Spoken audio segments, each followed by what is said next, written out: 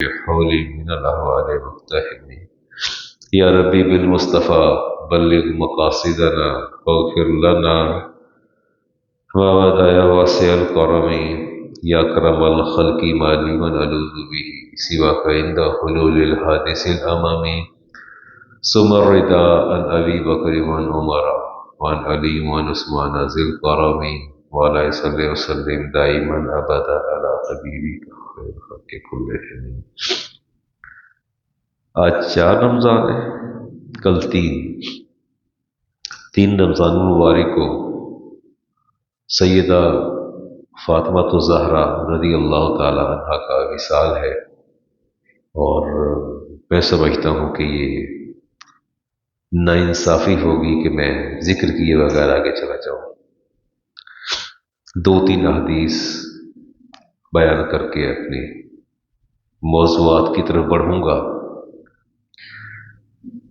رسالت ماں علیہ السلام سے عرض کیا گیا کہ آپ نے اپنی صاحبزادی کا نام فاطمہ رکھا، تو اس کی کوئی خاص وجہ تھی؟ فرمایا انما سمیت بنتی فاطمہ تو لأن اللہ فاطمہا، میں نے اپنی بیٹی کا نام فاطمہ اس لیے رکھا کہ اللہ تعالیٰ دور کر دے گا وَهُمْ مُحِبُّهَا عَنِ النَّارِ، اللہ تعالیٰ میری بیٹی کو اور میری بیٹی سے محبت کرنے والوں کو جہنم کی آگ سے دور فرما دے گا. جی، پہلی حدیث، صحابہ کرام کو رسالت ماں علیہ السلام کی سنگت اور رفاقت میسر آئی، لیکن جس ذات نے آنکھ ہی آپ کی گود میں کھولی ہو، اس کی علم و آگہی اور فکر و عرفان کا عالم کیا ہوگا.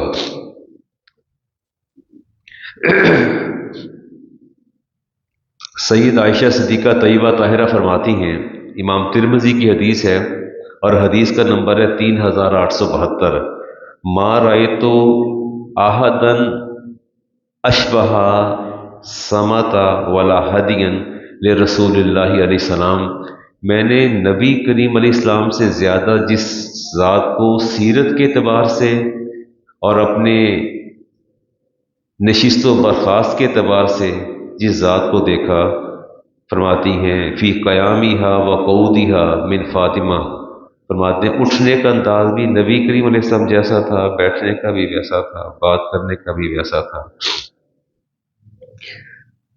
امام نسائی کی حدیث، اور دروازے پر دستک ہوئی، رسالت ماں علیہ السلام نے اسامہ کو بھیجا، اسامہ بن زید کو، تو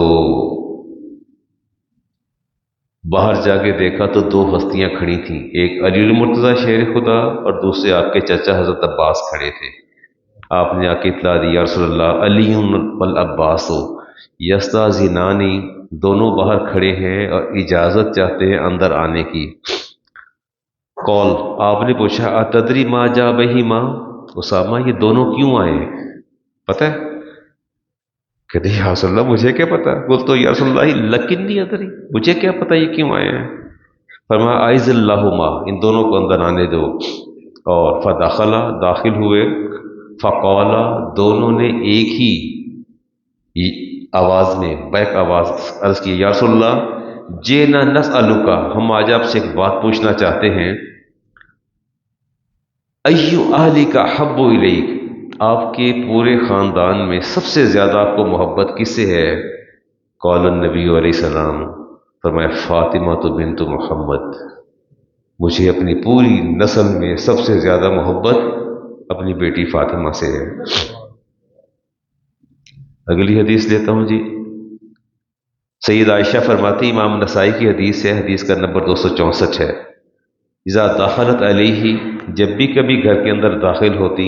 اچھا، یہ وہ دور ہے جب بیٹیوں کو زندہ دفن کیا جاتا تھا، یہ وہ دور تھا جب بیٹیوں کو زندہ دفن کر دیا جاتا تھا، اس دور کی میں بات کر رہا ہوں.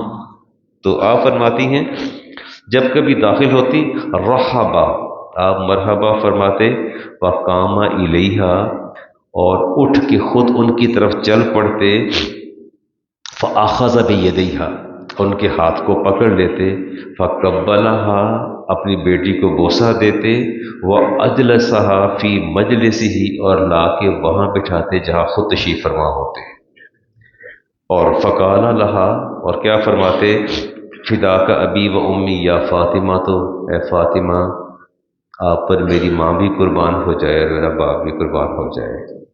معمول یہ تھا کہ جتنی بھی صحابہ تھے یہ ان کا قول تھا، وہ ہمیشہ کہتے تھے فداک ابی و امی یا رسول اللہ، میرے ماں باپ آپ پر ہمارے قربان ہو جائیں، لیکن آپ فرماتے تھے فاطمہ میرے ماں باپ آپ پر قربان ہو جائیں۔ اگلی حدیث لیتا ہوں جی، یہ ابو داؤد شریف کی حدیث ہے اور صوبان اس کے راوی ہیں۔ کانا رسول اللہ اذا سافر، جب سفر پر روانہ ہوتے، کانا آخر عہدہ بانسان من اہلہ فاطمہ تھا، سفر پر روانہ ہوتے اور سب سے آخر میں نکلتے ہوئے جس ذات سے مل کے جاتے حضرت فاطمہ تھی، وَأَوَّلُ مَن يَدْخُلُ عَلَيْهَا، اور جب واپس سفر سے آتے تو سب سے پہلے اذا قدم فاطمہ تھا، تو حضرت فاطمہ گھر پہلے تشریف لے جاتے، ثم یاتی ازواجہ، پھر بیویوں کے پاس جاتے، پہلے بیٹی کے پاس جاتے تھے۔ ان پر کوئی لے یا بحث کرنے کی ضرورت نہیں ہوتی، یہیں سے انسان کو اندازہ ہو جاتا ہے کہ آپ کو اپنی بیٹی سے کتنی محبت تھی۔ فرماتے تھے، امام بخاری کی حدیث ہے، فاطمہ تو بنات منی، فاطمہ میرے جگر کا ٹکڑا ہے، وہی قلبی، فاطمہ میرا دل ہے، وہی روحی، فاطمہ میری روح ہے، من اذاہا فقط اذانی، جس نے میری بیٹی کو اذیت دی اس نے مجھے اذیت دی، فقط اذانی، ومن اذانی فقط اذى اللہ، اور جس نے مجھے اذیت دی اس نے رب کو اذیت دی، اور جس نے رب کو اذیت دی اس نے اپنا ٹھکانہ جہنم میں بنا لیا۔ صحت و سلامتی کے ساتھ، تندرستی کے ساتھ، اعضائے بدن کی سلامتی کے ساتھ میں اور آپ آج پھر اللہ نے ہمیں یکجا کر دیا ماہ صیام کے اندر۔ میں دعا مجھے آپ کے سامنے رکھتا ہوں جی، اور پھر دوبارہ بھی پڑھوں گا۔ رسالت امام الاسلام جابر بن عبداللہ فرماتے ہیں کہ میں حاضر خدمت ہوا اور رمضان کے آخری 1 یا 2 دن باقی رہ گئے تھے، تو آپ نے مجھے اشارہ فرمایا جابر میرے پاس آ جائیے، اور آپ نے فرمایا کہ یہ دعا مانگو، اللہم لا تجعلہ آخر العہد من صیامنا، یا اللہ یہ رمضان ہمارا آخری رمضان نہ بنانا، یا اللہ یہ رمضان ہمارا آخری رمضان نہ بنانا، ایاہو فَإِن جَعَلْتَہُ، اور اگر تو نے فیصلہ کر لیا ہے، لکھ دیا ہے، ہماری موت کو لکھ دیا۔ ہمارے اصغر بھٹی صاحب گزشتہ رمضان میں موجود تھے، اب نہیں ہیں، ڈاکٹر فیصل صاحب تھے، اب نہیں ہیں، ہمارے دیگر بہت سے احباب آج مجھے نظر نہیں آ رہے ہال کے اندر، وہ نہیں ہیں، پتہ نہیں اگلے سال ہم میں کوئی ہوگا کہ نہیں ہوگا۔ تو فرمایا کہو فَإِن جَعَلْتَہُ، یا اللہ اگر تو نے وہ فیصلہ کر لیا ہے محمود قریشی صاحب کہ یہ آخری ہی رمضان ہے، ہماری موت کو مقدر کر دیا، فَاجْعَلْنِي مَرْحُومًا، تو یا اللہ ہمیں ان لوگوں میں سے بنانا جس پر تیری رحمتوں کا نزول ہوا ہو، وَلَا تَجْعَلْنِي مَحْرُومًا، اور یا اللہ ہمیں ان لوگوں میں سے نہ کرنا جو تیری رحمت سے محروم ہو گئے۔ دعا کیا کریں اللہ تعالیٰ سے کہ یا اللہ ہمیں اس رمضان کو ہمارا آخری روزے اور رمضان نہ بنانا، ہمیں اگلے رمضان میں بھی موقع دینا۔ رسول کریم علیہ السلام نے ارشاد فرمایا، اگر تمہیں پتہ چل جائے کہ رمضان کی برکات کتنی ہے تو تم اللہ سے دعا مانگو کہ یا اللہ اس پورے سال کو رمضان بنا دے۔ اگر تمہیں اپنے گناہوں کی بخشش کا اندازہ ہو جائے تو آپ پورا سال ہی دعا کریں، یا اللہ یہ پورا سال ہی رمضان بن جانا چاہیے۔ قرآن کریم کی آیت نازل ہوئی سورۃ حاقہ کی، کلو وشربو ہنیا بما اسلفتم فی الایام الخالیہ، اللہ فرماتے ہیں خوب خوشی سے کھاؤ پیو اس سبب کہ جو دن تم نے پہلے گزارے۔ عبداللہ ابن عباس سے پوچھا گیا اللہ تعالیٰ ہمیں کس طرف اشارہ کر رہے ہیں کہ کیوں خوشی سے کھاؤ پیو، یہ گزرے دنوں سے کیا مراد ہے؟ تو انہوں نے فرمایا اس سے مراد ہے روزے کے ایام۔ اللہ تعالیٰ یہ فرماتے ہیں، رسالت امام علیہ السلام نے ارشاد فرمایا کہ اللہ تعالیٰ رضوان جنت کو فرمائے گا کہ میرے ان بندوں کو جو قبروں سے اٹھیں گے اور یہ بھوکے پیاسے ہوں گے، اور ان کی من پسند نعمتیں ان کے سامنے لے آئیے۔ روزہ مشقت تو ہے، اس میں تو کوئی شک نہیں ہے۔ آدمی کا سٹیمنا اور اس کی قوت جتنا بھی قوی ہو، الٹیمیٹلی ایک تو فزیکل ایفیکٹس، دوسرے سائیکولوجیکل ایفیکٹس، دونوں چیزیں آدمی پر حمل۔ کچھ نہیں بھی ہونا ہوتا نا، وہ بھی ہو جاتا ہے اسی تصور سے کہ میرا روزہ ہے۔ میری طبیعت اب صبح سے خراب ہے، میں صبح سے بیٹھا دعائیں مانگ رہا ہوں، حدیث کھول کے بیٹھا ہوں، لکھ بھی رہا ہوں، اور بار بار یا اللہ ہمت عطا فرما دے کہ میں کم از کم کچھ کہہ تو سکوں نا۔ وہ صبح سے مسلسل میں لگاتار، آپ بھی دعا کیجئے کہ اللہ تعالیٰ میرا وقت جو ہے، جو میرا ڈیسائیڈڈ ٹائم ہے، اللہ تعالیٰ پورا فرما دے۔ سورہ سجدہ میں اللہ فرماتے ہیں فَلَا تَعْلَمُ نَفْسٌ مَا أُخْفِيَ لَهُمْ أَعْيُنٍ جَزَاءً بِمَا كَانُوا يَعْمَلُونَ۔ اللہ فرماتے ہیں حبیب ان بندوں کو بتائیں کہ میں نے تمہارے لیے ایسی نعمتیں رکھی ہیں جو نہ کسی آنکھ نے دیکھی ہیں، نہ کسی کان نے سنی ہیں، نہ کہیں سے دل گزرا ہے۔ جنہوں نے اچھے کام کیے، اب ان کے عمل کے سبب رسالت ماں علیہ السلام سے پوچھا گیا یا رسول اللہ ایسا کون سا عمل ہے جس کی نعمتیں اللہ نے ہمارے لیے رکھی ہیں، جس کا تصور بھی محال ہے؟ آپ نے فرمایا قیلا کانا عملہم الصیام، یہ تمہارے روزے اور حالت روزے میں تمہاری عبادتیں، یہ وہ اعمال ہیں جن کی نعمتوں کا ذکر اللہ نے قرآن میں بھی نہیں فرمایا۔ ایسی نعمت اتنا بتا دیا کہ ایسی نعمتیں ہیں جس کا کسی کو کوئی تصور بھی نہیں ہے۔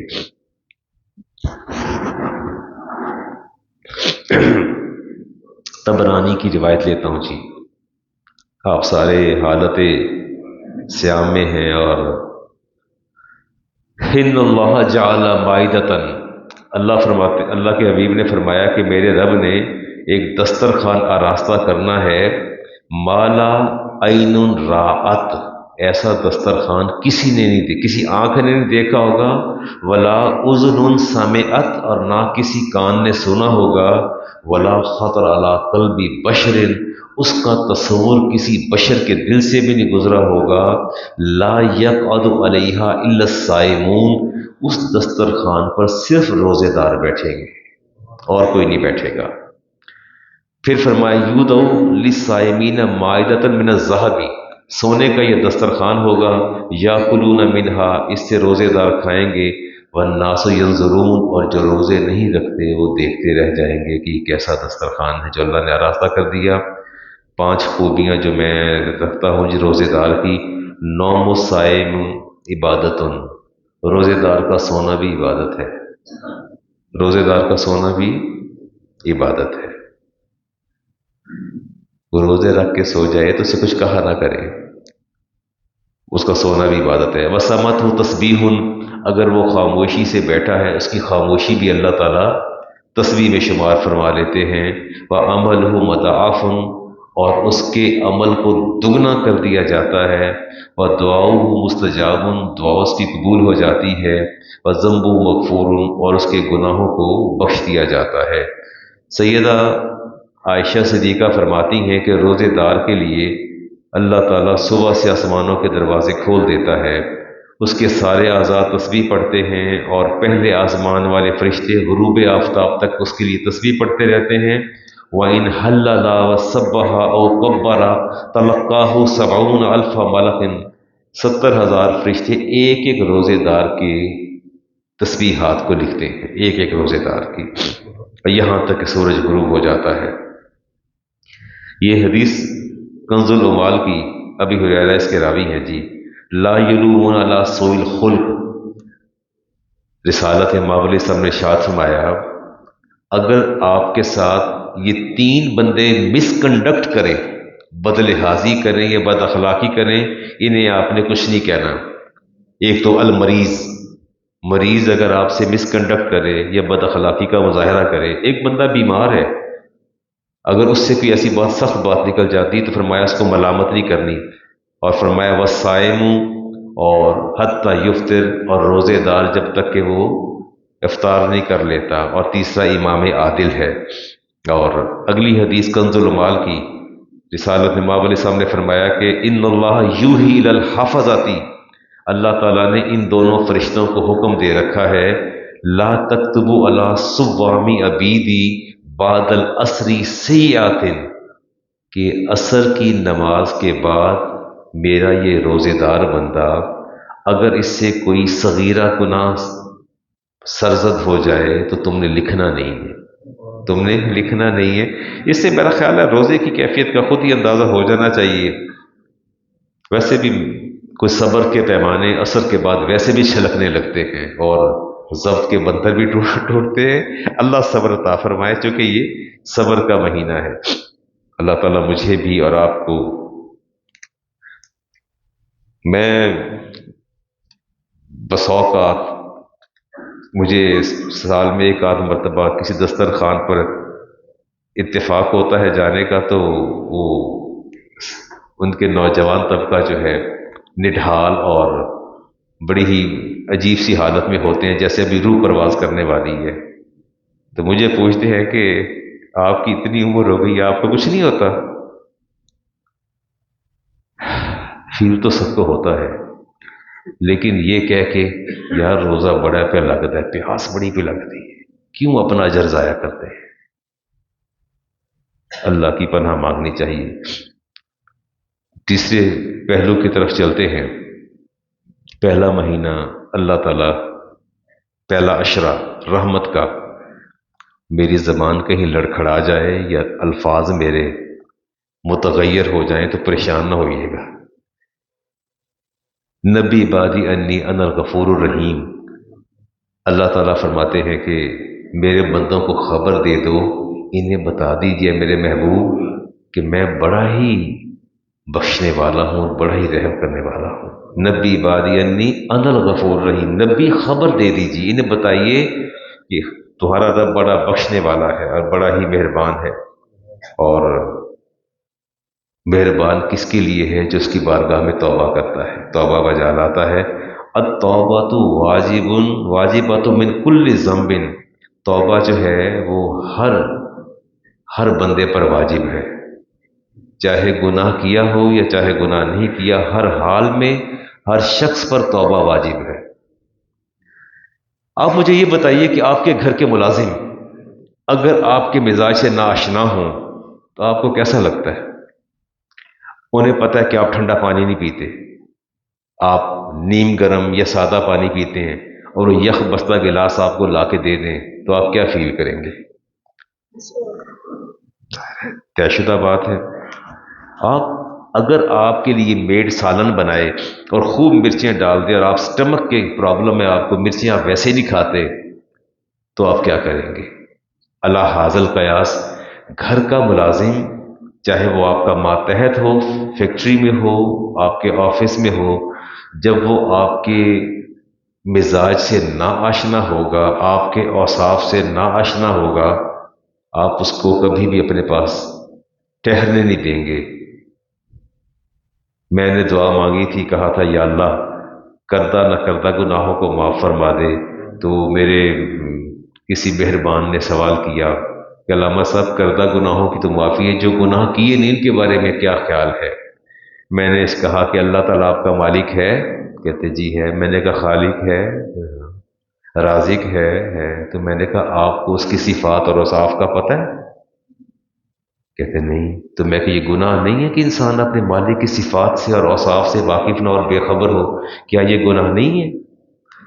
اعضائے بدن گناہوں کے مرتکب ہوں یا نہ ہوں، پھر بھی ہم گناہ گار ہیں کہ ہم نے اپنے مالک کی معرفت حاصل نہیں کی، عرفان الہی حاصل نہیں کیا۔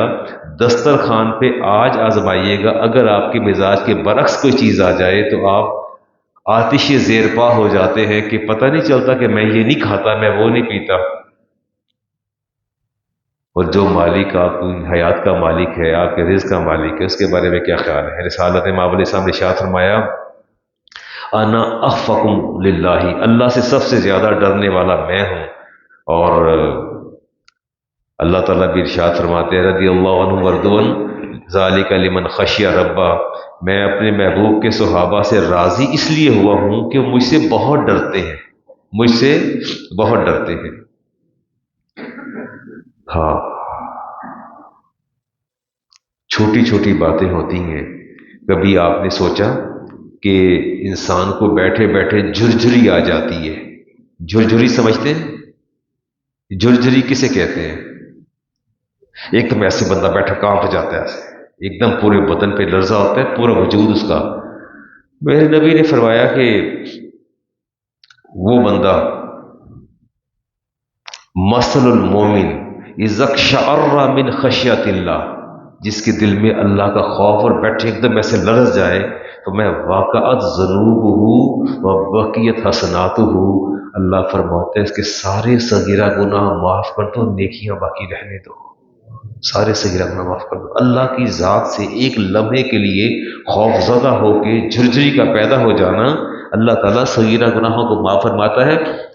یحییٰ علیہ السلام رو رہے تھے، 6 سال کی عمر تھی. تو ماں نے کہا کہ بیٹا کیوں رو رہے ہو؟ رونا تمہارا بنتا نہیں، کوئی گناہ تو کیا نہیں. کہتے مجھے اللہ کی آگ سے ڈر لگ رہا ہے. انہوں نے کہا کوئی بات نہیں. کہا کہ اگر آپ مجھے رب کی آگ سے ضمانت دے سکتی ہیں تو میں رونا بند کر دیتا ہوں. فرشتوں کے بارے میں کیا خیال ہے؟ فرشتوں میں گناہوں کی صفت ہے؟ اچھا باتیں تو کرنی ہے، آپ بولتے جائیں گے تو مجھے وقفہ ملتا جائے گا، کم بولنا پڑے گا. آپ یہ فرمائیے، فرشتوں سے گناہ سرزد ہوتا ہے؟ نہیں ہوتا. معصوم ہے نا، ڈیسائیڈڈ ہے. اللہ تعالیٰ فرماتے ہیں یخافون ربہم من فوقہم ویفعلون ما یؤمرون، وہ ہر وقت اپنے رب سے ڈرتے رہتے ہیں اور وہی کچھ کرتے ہیں جو ان کا رب انہیں حکم دیتا ہے، اور سارا کچھ وہی کرتے ہیں جو رب نے کہا، نافرمانی نہیں کرتے. اور کہتے کیا ہیں؟ سبحانک ما عبدناک حق عبادتک، تو پاک ہے ہر عیب سے یا اللہ، ہم تو تیری عبادت کا حق ہی ادا نہیں کر سکتے. یہ کون کہتے ہیں؟ تو میں اور آپ حق ادا کر سکتے ہیں عبادت کا؟ کہا کرے یا اللہ ہم تیری عبادت کا حق ادا نہیں کر سکتے. یہ جو ٹوٹی پھوٹی عبادت ہے یا اللہ قبول فرما لے اور ذریعہ نجات بنا دے. رسالت امام احمد بن حنبل کی روایت، رسالت امام علیہ السلام نے فرمایا کہ میں نے جب بھی جبریل کو دیکھا ہے، ما جانی جبریل قط الا وهو يرعد خوفا من الجبار، ایک دفعہ بھی ایسا نہیں ہوا کہ جبریل وہی لے کے آئے ہوں اور وہ کپ کپی نہ تاری ہو. تو میں نے پوچھا جبریل یہ کپ کپی کیوں تاری رہتی ہے؟ تو عرض کیا یا رسول اللہ، اللہ کے خوف سے، میں اللہ کی تدبیر سے ہر وقت خوف زدہ رہتا ہوں، اللہ کی تدبیر سے.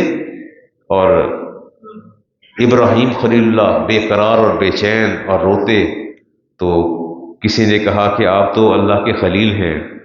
تو آپ نے فرمایا کہ جب میں اپنی خطاؤں کو یاد کرتا ہوں تو مجھے اپنا خلیل ہونا بھول جاتا ہے. جب میں اپنی خطاؤں کو یاد کرتا ہوں تو مجھے اپنا خلیل ہونا بھول جاتا ہے. امام زین العابدین اچھا بات کرنے کا مقصد یہ ہے کہ ہم کہاں سٹینڈ کر رہے ہیں. یہ ہستیاں جن کا میں ذکر کر رہا ہوں، جن کی بخشش ڈیفینیٹ ہے، آئدر وہ فرشتے ہوں، انبیاء اور رسل ہوں، ان کی اپنے خوف کا یہ عالم تھا، اور ہماری بخشش ڈیفینیٹ نہیں ہے. اس کے باوجود ہم بے خوف کتنے ہیں، ہمیں اللہ کا خوف ہی نہیں ہے. امام زین العابدین علی بن حسین ان کا نام تھا جی، اور امام حسین کے صاحبزادے، وضو کرتے روتے رہتے تھے، بہت روتے تھے. آپ کے شاگردوں نے پوچھا کہ جب بھی وضو کرتے ہیں اور آپ رونا شروع کر دیتے ہیں، تو آپ نے فرمایا کہ کاش تمہیں پتہ چل جاتا کہ وضو کرنے کے بعد تم کس ذات کی بارگاہ میں کھڑے ہونے جا رہے ہو. اگر تمہیں اس بات کا پتہ چل جائے کہ تم نے کھڑا کس کے سامنے ہونا ہے، تو شاید ان کو غشی کے دورے پڑتے تھے، وضو کرنے کے بعد وہ غشی کے دورے پڑتے تھے. فرماتے کم از کم سوچو تو صحیح کہ تم کس کے سامنے کھڑے ہونے جا رہے ہو.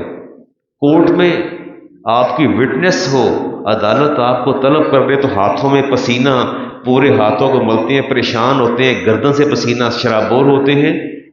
دنیا کا ایک انسان ہے جس کو منصب اور عہدہ دیا، اس کے سامنے آپ کو جانا ہے. ایگزامینیشن ہال میں جانا ہو، پتہ نہیں میری حالت تو بہت غیر ہوتی تھی، بہت بری حالت ہوتی تھی میری، اور ہاتھ بھی کانپتے تھے، پسینہ بھی آتا تھا. کیا تھا ایگزامینیشن ہال کے اندر؟ آپ نے فرمایا کاش تمہیں یہ پتہ چل جائے کہ تم کس ذات کے سامنے کھڑے ہونے جا رہے ہو تو تمہاری یہ کیفیت کبھی بھی نہ ہو۔ میں امام زین العابدین کی بات کرتا ہوں جی۔ جابر بن عبداللہ رسالت مآب علیہ السلام کے پاس حاضر خدمت ہوئے، بات بڑی غور سے حدیث سننے والی ہے، غور سے سننے والی ہے۔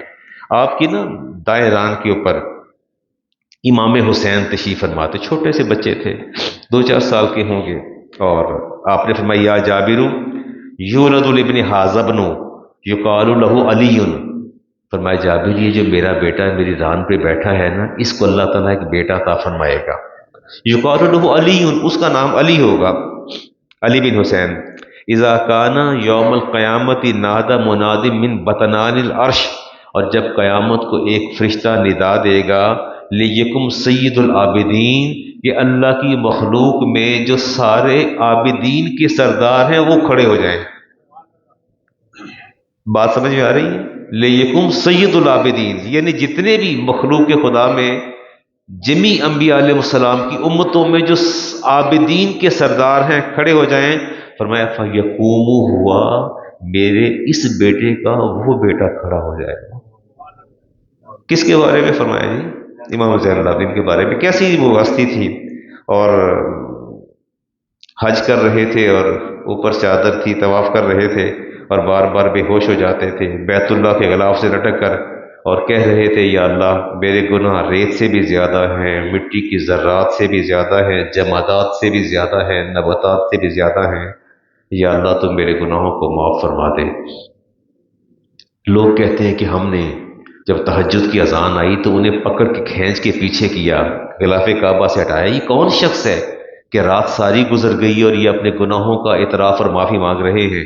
تو کہتے ہیں جب ہم نے دیکھا تو وہ امام زین العابدین تھے، وہ امام زین العابدین تھے۔ آپ بات پر غور کریں کہ وہ لوگ تو کیا امام زین العابدین نے اس حدیث کو نہیں سنا ہوگا؟ ایک اس کا حصہ رہ گیا۔ آپ نے فرمایا جابر جب تمہاری ملاقات میرے اس بیٹے سے ہو تو اس کو میرا سلام پہنچا دینا۔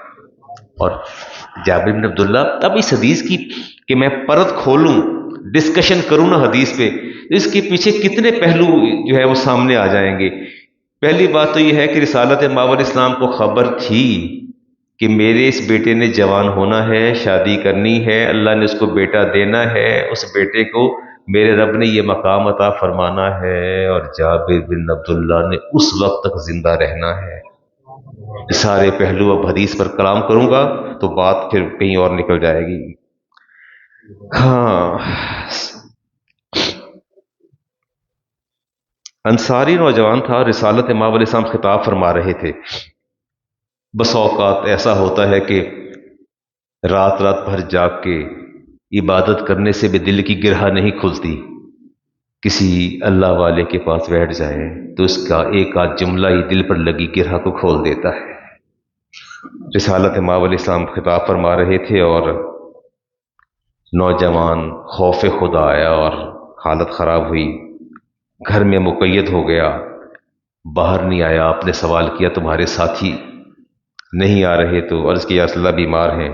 جب آپ گھر تشریف لے گئے تو آپ کو دیکھ کے کچھ سانسیں لیں اور اس کے بعد روح پرواز کر گئی۔ فرمایا جہزوا صاحبکم، فرمایا اپنے ساتھی کی کفن دفن کا بندوبست کرو، فإن الفرق من النار فتت قابضہ، جہنم کے خوف نے اس کو موت سے ہمکنار کر دیا ہے۔ کبھی سوچے تو صحیح، ایک لمحے کے لیے سوچے کہ وہ لمحہ کیسا ہوگا۔ اس لمحے کو کیا سوچنا ہے، میدان حشر کو کیا سوچنا ہے۔ رسالت مآب علیہ السلام پوچھی یا رسول اللہ قیامت کب آئے گی؟ فرمایا کس قیامت کا ذکر کرتے ہو؟ جس دن تجھ پر اللہ موت طاری کرے گا، تیری یہی قیامت ہے، تیری یہی قیامت ہے، تو کس قیامت کا انتظار کر رہا ہے؟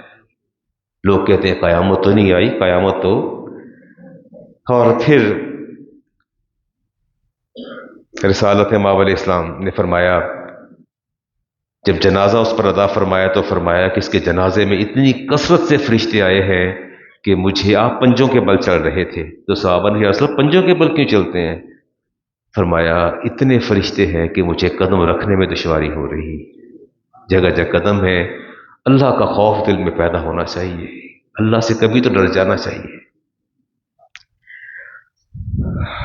سیدنا عمر فاروق رضی اللہ تعالیٰ عنہ امام جلال السیوطی نے حدیث کو نقل کیا، روز عشاء کی نماز مضافات سے آتے تھے، مسجد نبی میں پڑھتے تھے، اور ایک دن وہ نہیں آئے تو آپ نے پریشان ہوئے کہ آج نماز پڑھنے نہیں آ رہے۔ وہ نوجوان راستے میں ایک گھر تھا، خاتون تھی، خوبصورت صحابی تھے، تابعی تھے، مائل کرتی تھی اور آپ گزر جاتے تھے۔ رات کو جب گزرتے تھے تو ایک دن اس نے روکا، بازو پکڑا اور اپنے گھر کے اندر داخل کر لیا، اور آپ فرماتے ہیں کہ مجھے قرآن کریم کی آیت یاد آ گئی، ان الذین اتقوا اذا مسهم الطائف من الشیطان تذکروا، کہ اللہ کے بندے وہ ہوتے ہیں کہ جب گناہ کے بالکل قریب چلے جاتے ہیں تو انہیں خدا یاد آتا ہے تو وہ پیچھے ہٹاتے ہیں۔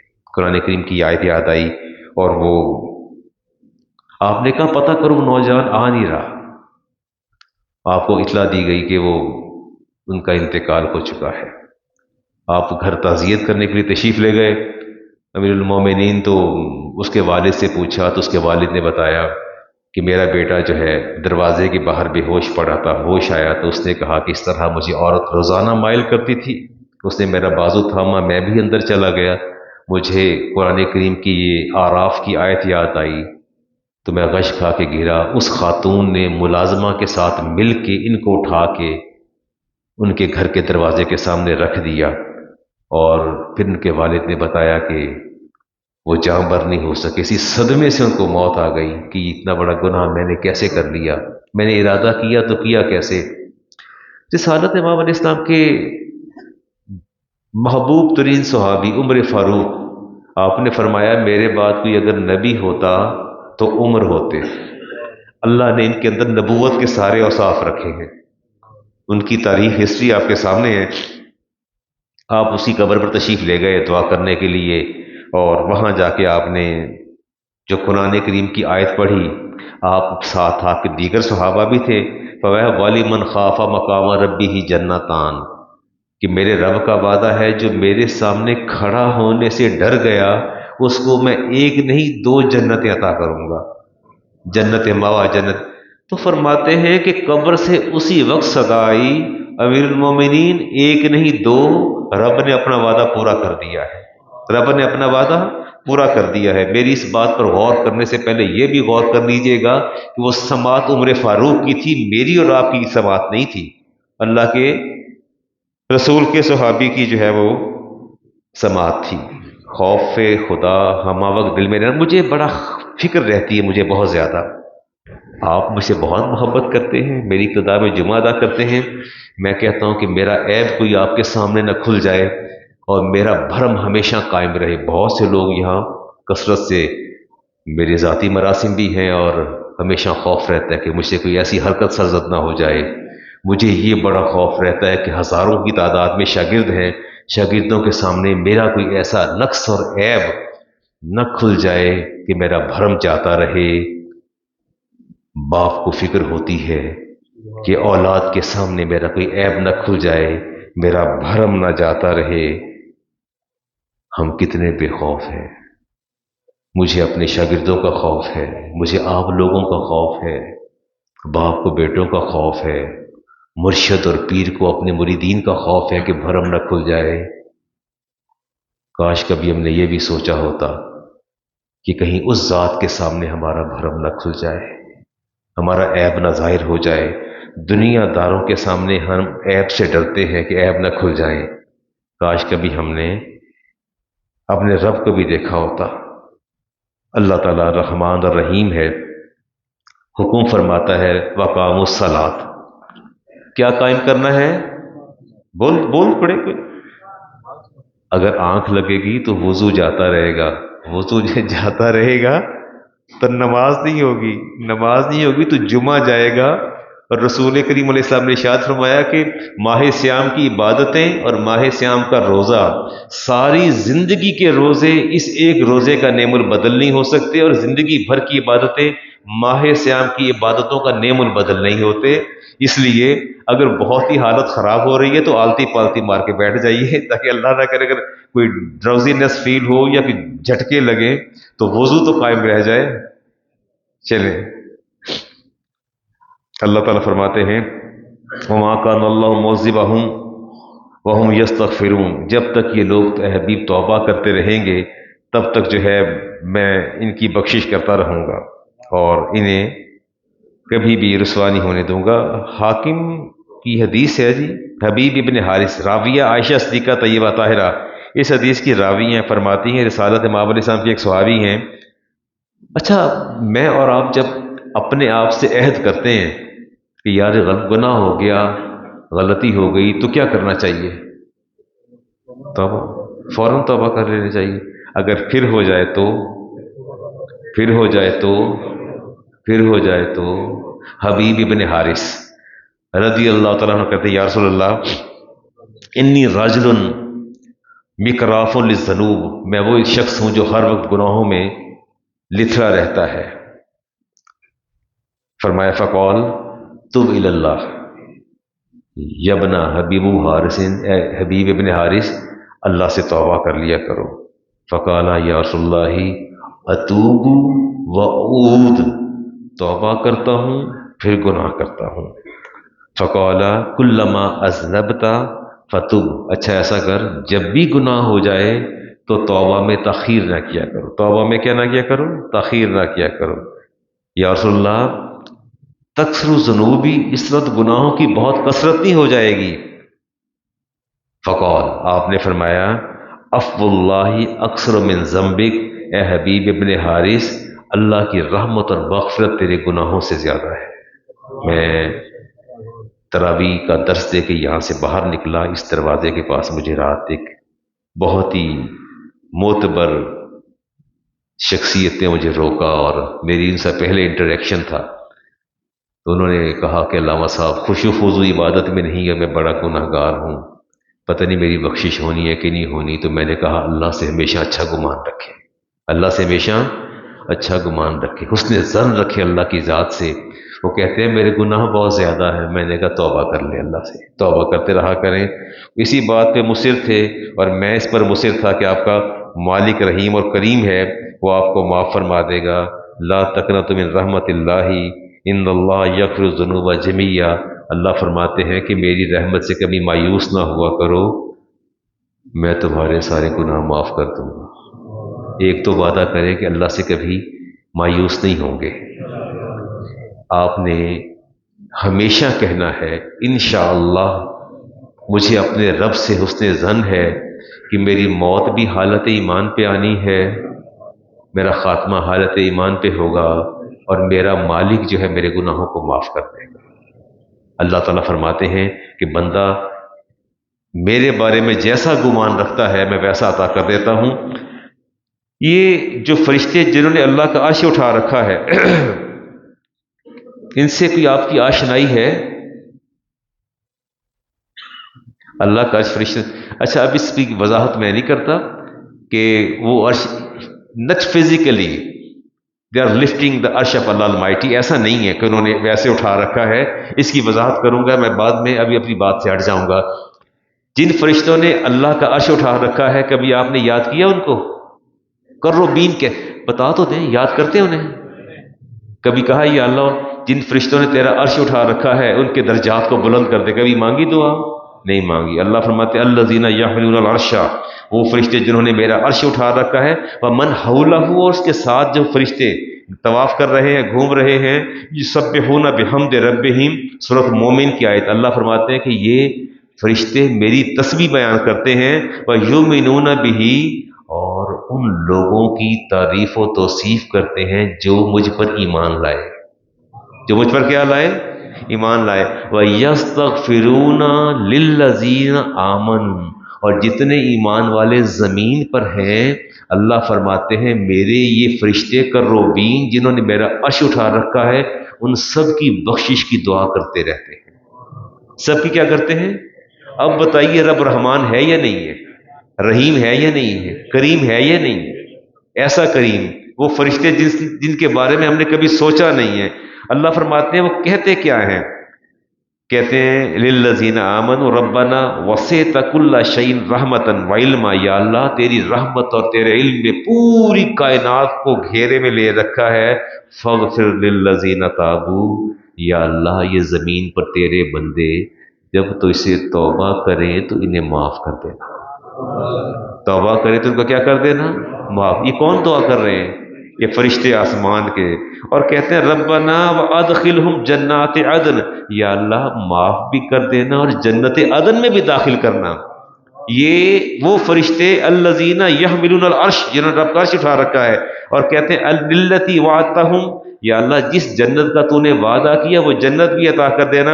ومن صلح من آبائہم، اور یا اللہ اگر ان کے ماں باپ بھی صاحب ایمان ہیں ان کو بھی ان کے ساتھ جنت میں بھیج دینا، وازواجہم، ان کی بیویوں کو بھیج دینا، ذریاتہم، ان کی اولادوں کو بھی بھیج دینا۔ ایسا رحمان اور رحیم ہے رب، ایسا رحمان کہ جن فرشتوں نے، یہ 8 فرشتے ہیں جنہوں نے عرش اٹھایا ہوا ہے اور باقی ان کے گرد ہیں، اور وہ بھی وہاں آپ کی بخشش کی دعا کرتے ہیں۔ حیرت کی بات ہے ہم توبہ کرنے کو تیار نہیں ہیں، حیرت کی بات ہے کہ وہ وہاں بیٹھے ہمارے لیے دعائیں مغفرت کر رہے ہیں اور ہم اس طرف آنے کو تیار ہی نہیں ہے۔ میں ایک آدھ حدیث لے کے آگے چلتا ہوں جی۔ عبداللہ ابن عمر سے حدیث کے راوی ہیں، اور اس حدیث کو امام بخاری اور امام مسلم نے اس کو نقل کیا۔ اللہ کے حبیب نے فرمایا کہ بندے کو رب کے قریب پکڑ کے لایا جائے گا، پھر رب فیقررہ بذنوبہم، اس کے گناہوں کو اس کے سامنے کھول دیا جائے گا۔ حدیث کس کی ہے جی؟ امام بخاری بولی تو صحیح نا، امام بخاری اور مسلم دونوں نے اس کو نقل کیا، اور راوی کون ہے؟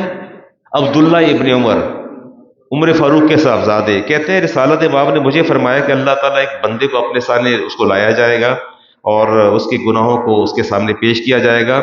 وہ اتعرف ذنب قضا، اس گناہ کو پہچانتے ہو تم نے؟ اتعرف ذنب قضا، اس کو پہچانا؟ گناہ چلتے آئیں گے، نیچے چلتے آئیں گے، اور پوچھا جائے گا اس کو دیکھا یہ گناہ کیا تھا، بھائی سے زیادتی کی، ظلم کیا، کسی کا مال کھایا، سارے سوال اس سے پوچھے جائیں گے۔ کہے گا فیقل رب اعرف، یا اللہ میں نے سب کو پہچانا، یہ سارے کام میں نے کیے ہیں۔ فقال، اللہ فرمائیں گے، اور وہ لرز رہا ہوگا، کانپ رہا ہوگا، اللہ فرمائیں گے فإنی قد سترتنا علیک فی الدنیا، دیکھ لو تمہارے یہ سارے عیب میں نے دنیا میں کسی کے سامنے ظاہر نہیں ہونے دیے۔ تیرے اندر یہ سارے عیب تھے، لیکن تیری ماں کے سامنے، بہنوں کے سامنے، بیوی کے سامنے، اولاد کے سامنے میں نے کبھی ان گناہوں سے تجھ پردہ نہیں اٹھایا اور تجھے میں نے رسوا نہیں ہونے دیا۔ وَأَنَا أَغْفِرُهَا لَكَ الْيَوْمَ، اور آج میں تیرا رب تیری اسی خوف کی وجہ سے تیرے گناہوں کو معاف کرتا ہوں۔ وَيُؤْتِي صَحِيفَةَ حَسَنَاتِهِ، اور آپ نے فرمایا کہ اس کے ہاتھوں میں نیکیوں کا صحیفہ دے دیا جائے گا اور اس کو جنت میں بھیج دیا جائے گا۔ بخشش آپ کے اعمال کے سبب ہے یا اللہ کے فضل؟ پھر بتا دیجئے، اللہ کے فضل و کرم سے ہے، اللہ کے فضل و کرم سے ہے۔ عمل کا دامن ہاتھ سے نہ چھوڑیے، چلتے جائیے، آگے بڑھتے جائیے۔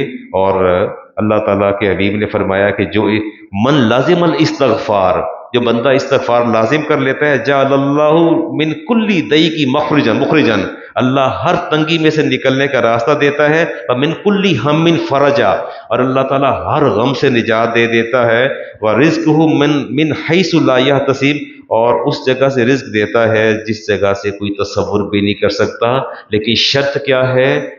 روز ایک تسبیح پڑھیں، استغفر اللہ رب من کل ذنب واتوب الیہ، ڈیلی پڑھیں، چلتے، گھر گاڑی میں بیٹھے، گھر جاتے، جہاں گیپ ملے، ٹائم ملے، کم از کم ایک تسبیح تو پڑھیں، استغفر اللہ رب من کل ذنب واتوب الیہ۔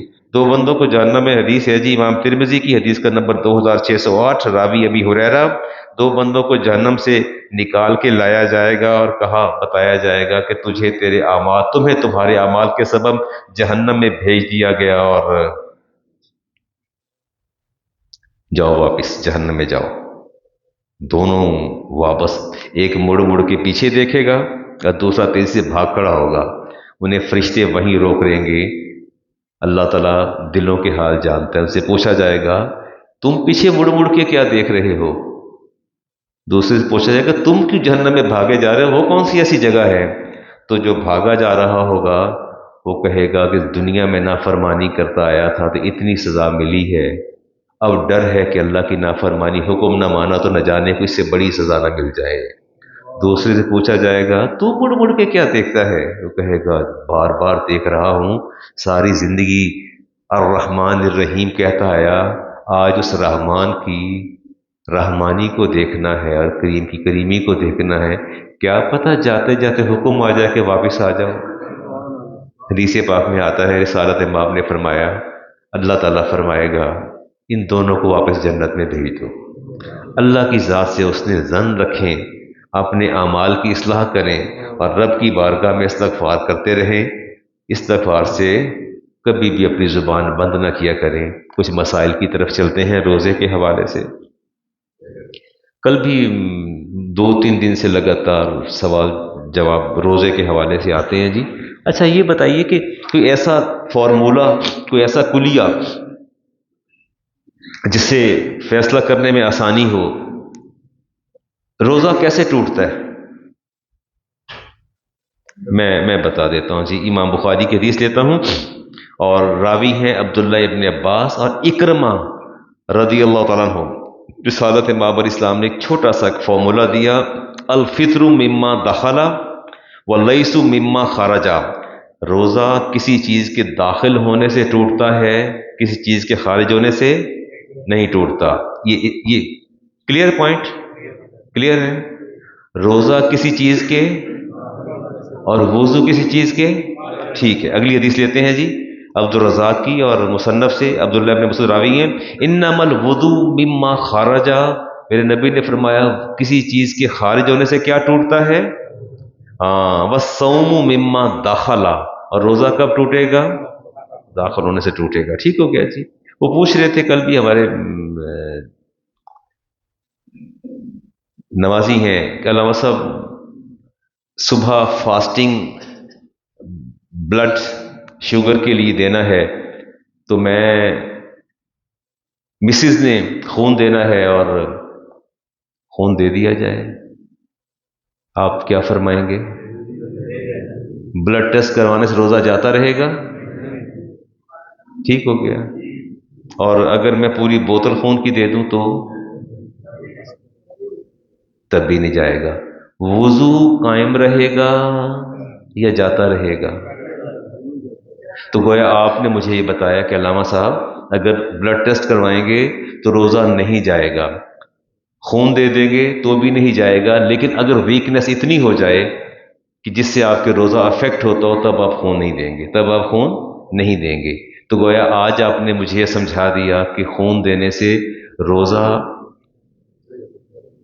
اچھا ایک مجھے بات تو بتائیے، صبح میں نے اپنی بلڈ شوگر چیک کرنی تھی اور وضو کر لیا تھا، وضو سے تھا آلریڈی، میں نے وہ گلوکو میٹر لے کے اور اس کو میں نے پرک کیا اور میں نے بلڈ شوگر چیک کی اور پھر میں نے فیصلہ کیا کہ میں شوگر کی میڈیسن ہی لوں گا، کہیں اگر لو ہو گئی تو مجھے پرابلم نہ آ جائے۔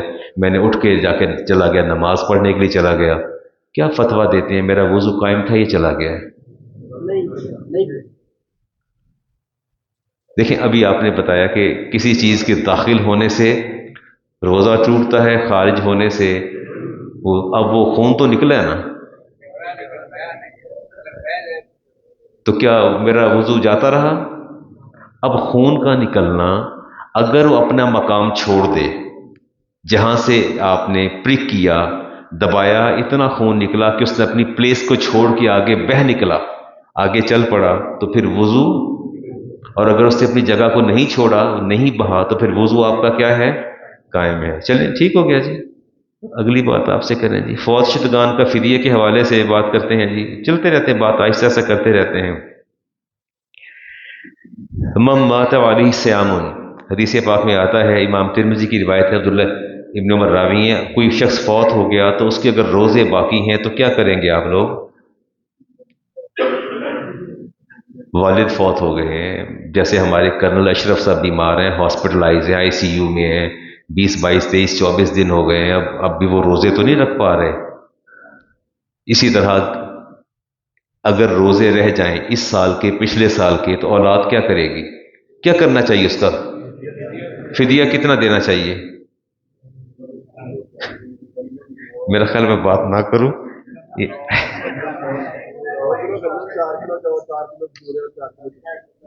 اچھا جی، اگر آپ نے فدیہ روزے کا دینا ہے تو 300 روپے ہے جی اس کا فدیہ، اور یہ ہے 2 کلو آٹا جو میں چکی کا آٹا جو ہے 2 کلو، اس کی قیمت ہے. کھجور دینا چاہیں تو 4 کلو ہے، اور اس کے 600 میں نے ابھی تقسیم بھی کروایا. اور جو 4 کلو جو ہے 4 kg وہ 600. یہ 600 روپیہ پورے مہینے کا ہے یا ایک روزے کا ہے؟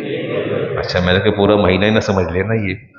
اور کھجور 4 کلو 2400 روپے کی، ایک روزے کی ہے یا 30 کی؟ ایک روزے کی. اور اگر اچھی کشمش ہو 4400 روپے، یہ ایک روزے کی ہے. آپ کا دیکھیں جہاں دل ٹھہر جائے. میں اب کرٹیسائز نہیں کرتا، لیکن رسالت امام علیہ السلام، اللہ تعالیٰ فرماتے ہیں کہ تم نے اپنی استطاعت کے مطابق فدیہ ادا کرنا ہے. آپ نے کیا کرنا ہے؟ استطاعت کے مطابق فدیہ ادا کرنا ہے. تو گویا فیصلہ یہ ہوا کہ انہو مکانہ کل یوم مسکینہ، اپنے مرحوم کے جتنے روزے رہ گئے ہیں ہر روزے کے بدلے مسکین کو 2 وقت کا کھانا کھلا دیجیے گا، سحر اور افطار. نہ ہو تو فدیہ دے دیجیے گا. کیا دے دیجیے گا؟ ایک بات کلیئر ہے پوائنٹ. میں ابھی پانی منگوانے لگا تھا، جب میں طبیعت ٹھیک نہیں تھا تو میں کہتا کہ بیٹا پانی رکھ دینا ممبر پر، میری طبیعت ٹھیک نہیں ہے. تو اگر میں بھول کے پی لیتا تو کچھ نہیں ہوتا. امام مسلم کی حدیث، ابی ہریرہ سے حدیث کے راوی، من نسیا وہو صائم. نہیں، سادات کو نہیں دے سکتے، یہ صدقہ واجب ہے، یہ نہیں دیں گے. مسکین کو دے دیں، کسی کو نیڈی پرسن. جی جی بیٹا جی یس. وہ پوچھ رہے ہیں جی علامہ صاحب کیا کرنے سے روزہ جاتا ہے؟ وامٹنگ اگر ہو تو روزہ جاتا ہے یا نہیں جاتا؟ اچھا، اس کی 24 صورتیں 24، لیکن 2 کا تعلق آپ کے ساتھ ہے. میں 24 پڑھاتا ہوں، لیکن آپ کو 2 ہی بتاؤں گا جس سے آپ کا تعلق ہے. روزہ اگر وامٹ ہو، منہ بھر کے کہہ آئے اور اس میں سے کچھ خوراک کا حصہ واپس اندر چلا جائے. بات سمجھ آ رہی ہے؟ منہ بھر کے کہہ آئیے اور پھر کیا ہوا، خوراک کا کچھ حصہ. صبح سحری کھاتے ہیں یا پراٹھے کھا لیتے ہیں یا ہیوی قسم کے سحری پائے بھی کھا رہے ہوتے ہیں لوگ، انڈے بھی کھا رہے ہوتے ہیں، پتہ نہیں کیا کیا کھاتے رہتے ہیں. کل میرا ایک شاگرد آیا اور میں نے پوچھا، ایگزام دے رہے تو میں نے کہا کیسی سحری افطاری؟ کہ تو استاد جی سمجھ نہیں آتی کیا کھاؤں کیا نہ کھاؤں، پائے بھی ہوتے ہیں انڈے بھی ہوتے ہیں. سری پائے کی بات کر رہا تھا، اور 2-3 طرح کے سالن ہوتے ہیں، پراٹھے ہوتے ہیں. تو میں کہ سارا آپ کھاتے ہیں؟ کہتے نہیں سارا نہیں کھا سکتا. اتنا کھانے کے بعد ظاہر ہے وہ ایسیڈیٹی ہوگی اور جو کچھ ہونا ہے، اس کے بعد پھر سونا بھی ہے تو ایسوفیگس پھر وہ ریفلیکشن ہوتی ہے تو چیزیں واپس آتی ہیں. اگر منہ بھر کے کیا ہے اس میں خوراک کا کچھ حصہ واپس چلا جائے تو روزہ ٹوٹ جائے گا، ٹھیک ہے. لیکن ہوا ایسا کہ میں نے 2 پراٹھے کھائے، 2-3 انڈے ساتھ پائے کھائے، گوشت کھایا، ساتھ میں سو گیا، اٹھا تو پھر میرے سینے پہ بوجھ تھا. I know how to release this burden. اس بوجھ کو میں نے کیسے ختم کرنا ہے. پورا منہ کھول کے پوری قوت سے میں نے 1 2 3 thrice میں نے کوشش کر کے خود میں نے وامٹ کیا تاکہ میرے معدے کا دل کا بوجھ ہلکا ہو جائے. تو وامٹ جب میں نے خود کیا تو what do you think about it؟ اب روزہ ٹوٹے گا. اب کیا ہوگا؟ چاہے خوراک اندر جائے یا نہ جائے. ٹھیک ہو گیا جی؟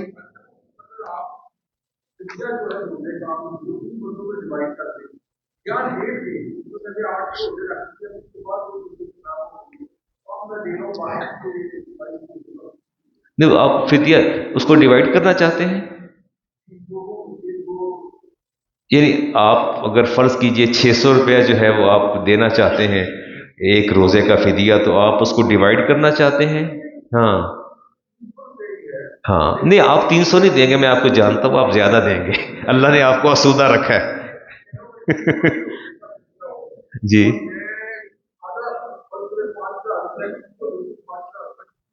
کوئی حرج نہیں، دے دیجیے، کوئی حرج نہیں، کوئی حرج نہیں.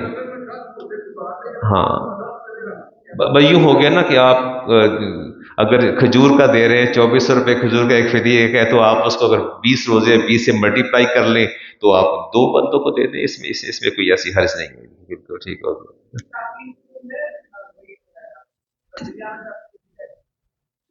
فدیہ کی تاخیر کی جائے.